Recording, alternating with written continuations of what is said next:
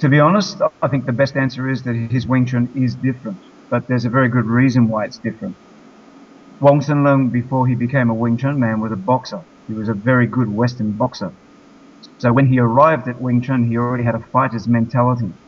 He was aware of the fact that fighting was exactly that. It was people trying to hit each other. A lot of people get into the classical martial arts for an art form, to prolong a tradition, or because they're afraid to get into a boxing ring, or it's just not their scene. So they do something that's, if you like, less violent because it's seen as a classical exercise. He, being a fighter, came to Wing Chun and immediately recognized the potential of Wing Chun and used Wing Chun's tools for what they were designed for, which is fighting.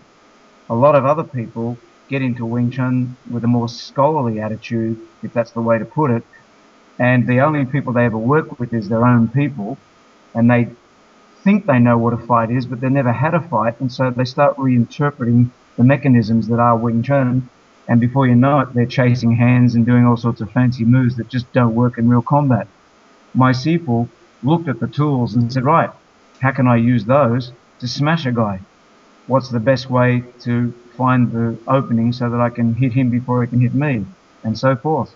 And so his approach is all about streamlining it, simplifying it, and making sure that it's the shortest distance between our fist and the other guy's nose. Okay, so since you had kind of I guess a real-world interpretation of Wing Chun, what was his views on things like Chi Sao? Because I suppose many people look at Chi Sao as simply a drill to bridge the gap between fighting and, I guess, learning Wing Chun.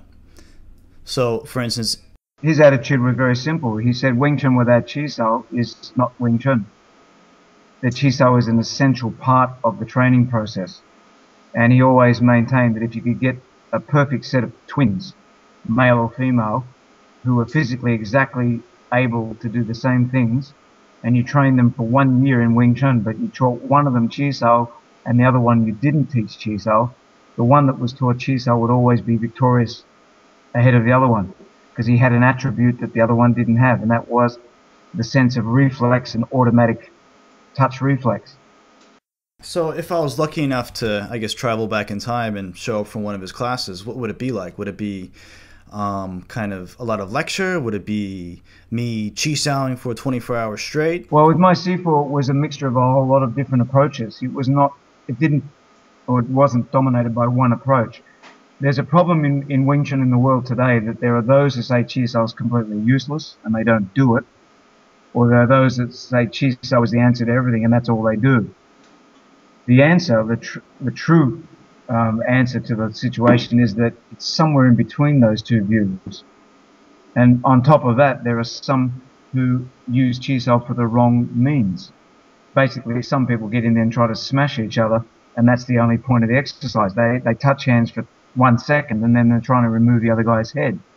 And then there at the other end of the scale, there are those who do it as if they're frightened to break each other's hands, as if they're made of glass, and just do endless repetitions of techniques and situations that will never occur in real life.